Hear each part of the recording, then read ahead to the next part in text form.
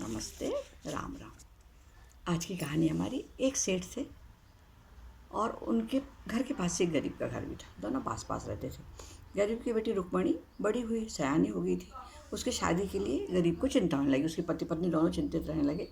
तो गरीब सेठ जी के पास गया। उसने कुछ पैसा उधार मांगा कि मुझे कुछ पैसे उधार दे दो, मैं बेटी की शादी कर लूँगा और धीरे धीरे आपके पैसे पटा दूँगा। पर सेठ ने सोचा नहीं, गरीब आदमी है, ये पैसा नहीं पटा सकता, तो उसने मना कर दिया। गरीब बेचारा चला गया। उसने पत्नी को बता दिया। तो पत्नी रोके बोली कि देखो, अपनी लड़की की उम्र 17 साल है, 16 साल की पूरी हो चुकी है।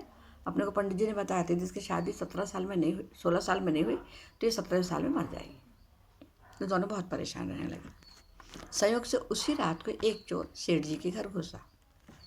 उस समय सेठ सेठानी सोए नहीं थे और आपस में बात कर रहे थे। तो सेठ जी ने बताया कि वो रुक्मणी की शादी के लिए पैसा मांगने आया था और मैंने उनको मना कर दिया। तो सेठानी ने बोला कि उसके दे देना था, कुछ मतलब मदद करना चाहिए थी अपन को। तो सेठ जी ने नहीं, अब तो मैं मना कर चुका हूँ, अब मैं जिसको मना कर देता उसको मैं बिल्कुल नहीं दे सकता।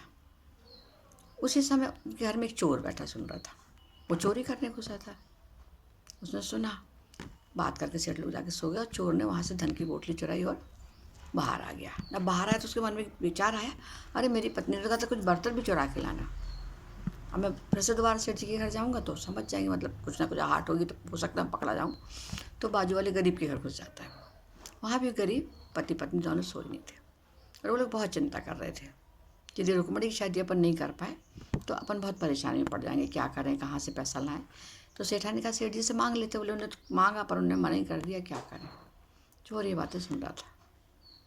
तो उसने सोचा मुझे पैसे की ज़रूरत तो है नहीं, पत्नी ने बर्तन लाने को कहा था और रुक्मणी की का जीवन का सवाल भी है। तो उसने धन की पोटली वहाँ रख दी और लिख दिया, सेठ जी की तरफ से बेटी की शादी का उपहार, एक चोर। और वहाँ से कुछ बर्तन लेकर वो चला गया। सुबह हुई, सेठ जी के घर भी हल्ला होने लगा, चोरी हुई चोरी हुई। यहाँ गरीब के घर भी हल्ला होने लगा, बर्तन चोरी है बर्तन चोरी है।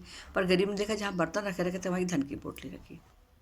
वहाँ लिखा है, सेठ जी की तरफ से बेटी की शादी के लिए उपहार, एक चोर। तो वो उसने पहले सोचा धन दबा लूँ क्या, किसी को नहीं पता। पर नहीं, मैं दबा लूँगा, कभी ना कभी तो पकड़ा जाऊँगा। लोगों को समझ में आ गया इतना पैसा कहाँ से आया। तो वो गए सेठ जी के पास। उसने सेठ जी को धन की पोटली वापस करी और ये भी बताया कि वहाँ क्या क्या लिखा है। मतलब चोर अपने दोनों के घर में आया था और उसने ऐसा किया। सेठ जी ये देखकर बहुत अचंभित भी हो गए कि गरीब ने वापस किया, दूसरा अचंभा कि चोर ने धन लेकर भी वापस कर दिया, सिर्फ इसलिए कि रुक्मणी की शादी होना थी, एक लड़की की शादी होनी थी, और मैं इतना धनवान होते हुए भी एक बेटी की शादी का खर्चा नहीं उठा सका। तो इसको लज्जा भी आई और उसने चोर को ये कह लीजिए धन्यवाद दी, जो भी दिया उसने पूरा का पूरा पैसा गरीब को लौटा दिया।